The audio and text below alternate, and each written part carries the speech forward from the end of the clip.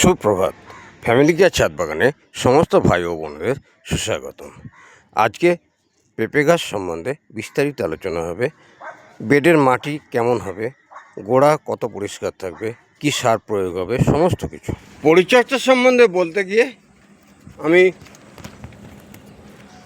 প্রথমেই যেটা বলবো, পেঁপে গাছের গোড়াগুলো একটু দেখিয়ে দিই। পরিষ্কার, পরিচ্ছন্ন এবং রসালো। প্রতিটি পেঁপে গাছের গোড়া পরিষ্কার, আগাছামুক্ত এবং রসালো। এই প্রচণ্ড গ্রীষ্মে প্রচণ্ড তাপপ্রবাহ পেঁপে গাছের গোড়া সম্পূর্ণ রসালো কিন্তু শুষ্ক, কোনো জল জমে নেই। প্রতিটি গোড়া, গাছের গোড়া আমি দেখিয়ে দিচ্ছি।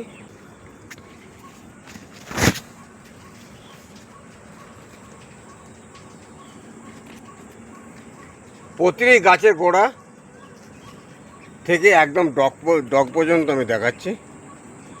গাছে প্রচুর পরিমাণে ফুল এসছে এবং প্রতিটা ফুল পেঁপে পরিণত হচ্ছে।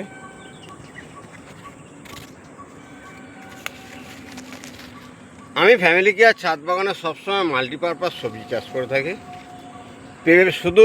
পেঁপে বাগানে শুধুমাত্র পেঁপে চাষ নয়, পেঁপের সঙ্গে সঙ্গে সমস্ত রকম সবজি চাষ করা আছে।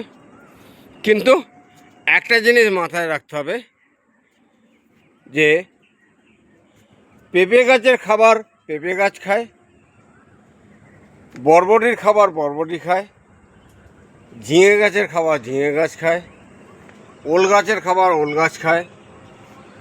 একটি বেডে 10 ফুট বাই 3 ফুট বেডে 3টি পেঁপে গাছ বসানো আছে, আর ওদিকে 10 ফুট বাই 3 ফুট বেডে 2টি পেঁপে গাছ বসানো আছে।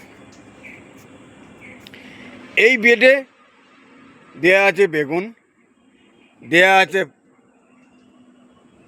কুমড়ো, দেয়া আছে ঝিঙে, দেয়া আছে করলা। প্রত্যেকটা সবজি এ ক্লাস ক্যাটাগরি।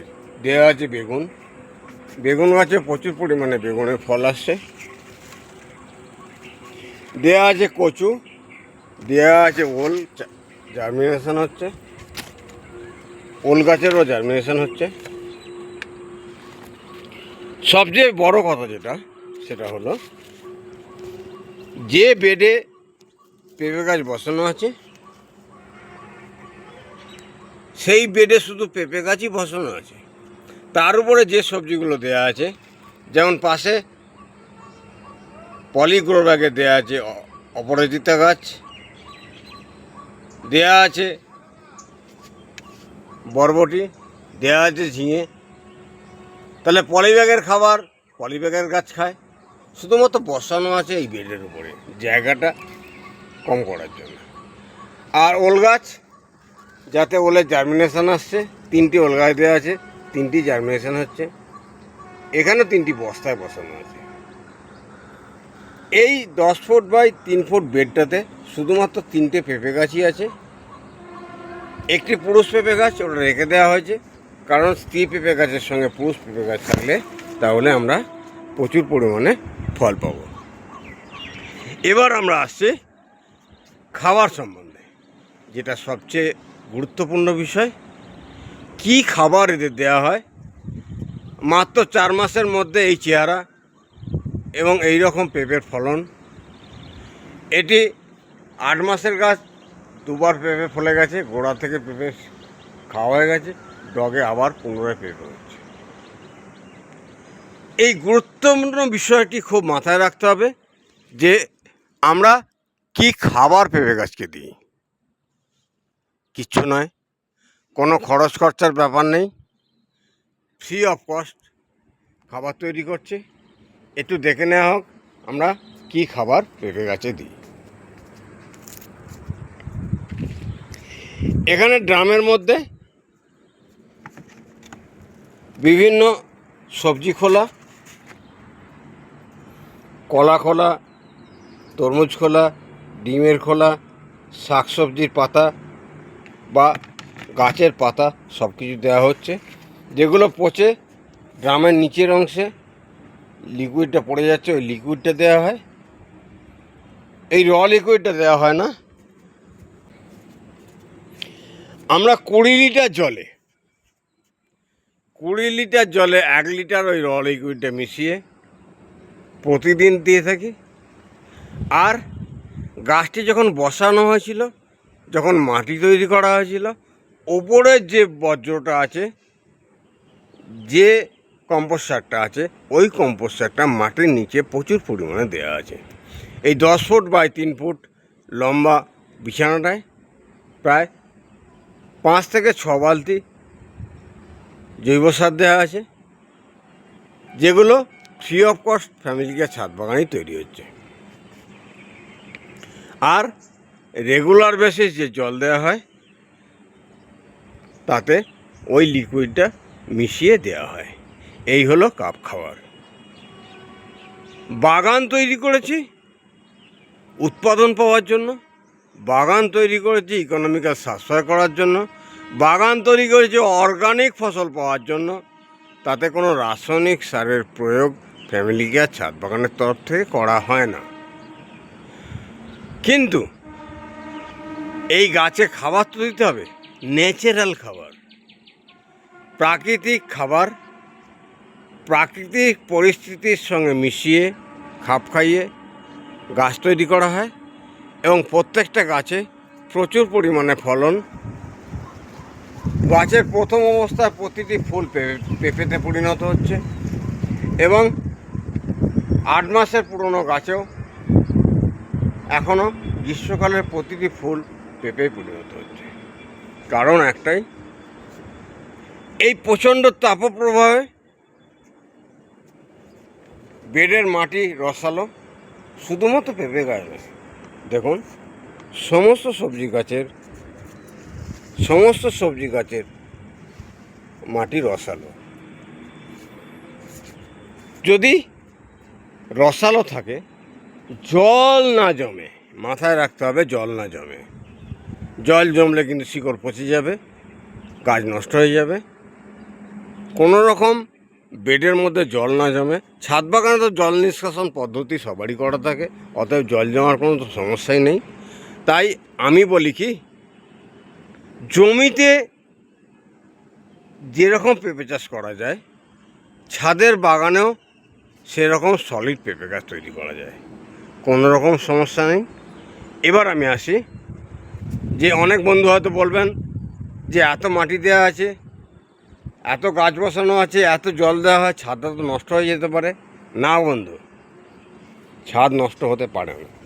কারণ বেডটা যখন তৈরি করা হয়েছে, ছাদ থেকে প্রায় 7 থেকে 8 ইঞ্চি উচ্চতায় ফাঁকা রাখা আছে। যতটা জল পড়ে ততটাই কিন্তু বেরিয়ে যায়। প্রত্যেকটি বেড তৈরি করা আছে 7 থেকে 8 ইঞ্চি উচ্চতায়। এখানে বস্তায় আদা চাষ করা হয়েছে, সেটা উঁচু করা আছে ইট দিয়ে। প্রত্যেকটা বেডের প্রত্যেকটা গাছকে আমরা সম্পূর্ণভাবে উচ্চতায় রেখেছি, যাতে করে কোনোভাবে নষ্ট না হয়ে যায়। আজকের সাবজেক্ট ছিল পেঁপে গাছ, এবং পেঁপে গাছকে কী খাবার পরিবেশন করা হবে। এবার আমি আসব কীটনাশক সম্বন্ধে। পেঁপে গাছে 2টি রোগ মাঝে মধ্যেই হয়ে থাকে। একটি উড়ো পোকা পেঁপে গাছের পাতা ফুটো করে,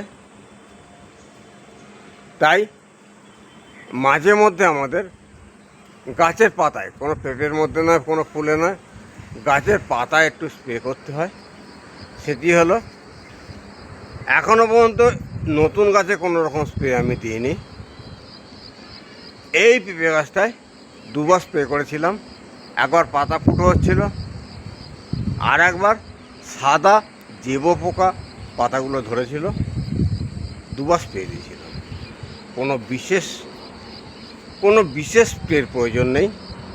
যে কোনো কীটনাশকের দোকানে গিয়ে আপনি একটি কীটনাশক নিয়ে এসে স্প্রে করে দিন, তাহলেই কিন্তু রোগ মুক্তি হয়ে যাবে। এই গাছটিতে দুবার রোগ আক্রান্ত হয়েছিল। একবার সাদা জেব পোকা, পুরো পেঁপে গাছের পাতাগুলো সাদা হয়ে গিয়েছিলো, মরণাপন্ন হয়ে গিয়েছিলো। ওই স্প্রেটা করতেই সব জেব নষ্ট হয়ে গেছে, আবার পুনরায় পূর্ব অবস্থায় ফিরে এসেছে। নতুন গাছগুলো যেগুলো ডিসেম্বরে বসানো হয়েছিল, এই গাছে এখনও পর্যন্ত কোনো স্প্রে করতে হয়নি, এখনও পর্যন্ত কোনো পোকা এই গাছের মধ্যে লাগেনি, তাই এতে কোনো স্প্রে করা হয়নি। এইমাত্র ফুল এসছে, যেগুলো পেঁপেতে প্রত্যেকটা ফুল পেঁপে পরিণত হচ্ছে এবং প্রচুর পরিমাণে পেঁপের ফলন আসছে, যেটি পরিষ্কার দেখেই বোঝা যাচ্ছে। তাহলে আজকে আমরা পেঁপে গাছে কি খাবার দেব, কিভাবে পেঁপে গাছ বসাবো, কিভাবে পরিচর্যা করব রেগুলার, সমস্ত কিছুটাই আজকের ভিডিওতে আলোচনা করলাম। তাই প্রত্যেকটা ভাই এবং বন্ধুদের বলবো, যারা এখনও পর্যন্ত ফ্যামিলি কেয়ার ছাদ বাগান চ্যানেলটি সাবস্ক্রাইব করেননি, অবশ্যই সাবস্ক্রাইব করে রাখুন। বিভিন্ন সবজি সম্বন্ধে বিভিন্ন রকম তথ্য ফ্যামিলি কেয়ার ছাদ বাগান থেকে সর্বদা দেওয়া হয়ে থাকে।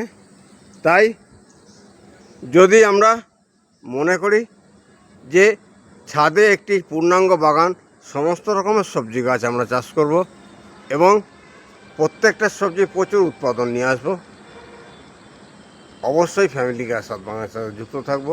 এবং একটা কথা বলবো, যে যদি নবাগত ভাই বোনদের উদ্দেশ্যে বিশেষ করে বলবো, যে যদি কোনো কিছু জানার থাকে কমেন্টে জানান, আমি অবশ্যই রিপ্লাই দেবো এবং প্রত্যেকটা টিপস নিয়ে নিজের ছাদ বাগানকে আপনি পরিপূর্ণ করে তুলতে পারবেন। আর একটি রিকোয়েস্ট করব, যে ভালো লাগলে অবশ্যই শেয়ার করুন বন্ধুদের মধ্যে, কারণ আমি চাই প্রতিটি ছাদে এই রকম সবুজ বাগান হোক।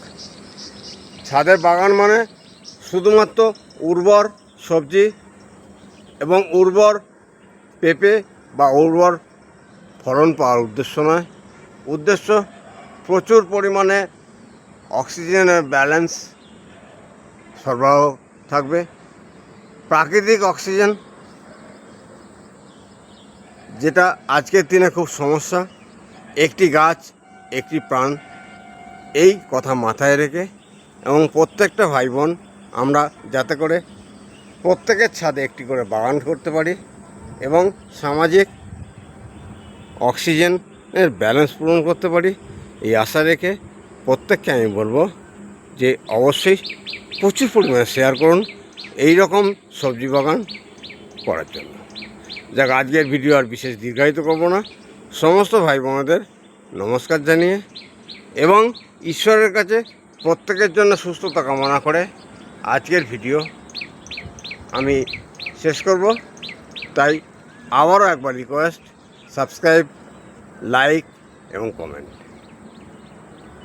যাক, আজকে ঈশ্বরের কাছে প্রার্থনা করে প্রত্যেকের সুস্থতা কামনা করে আজকের ভিডিও এখানেই সমাপ্ত করলাম। নমস্কার।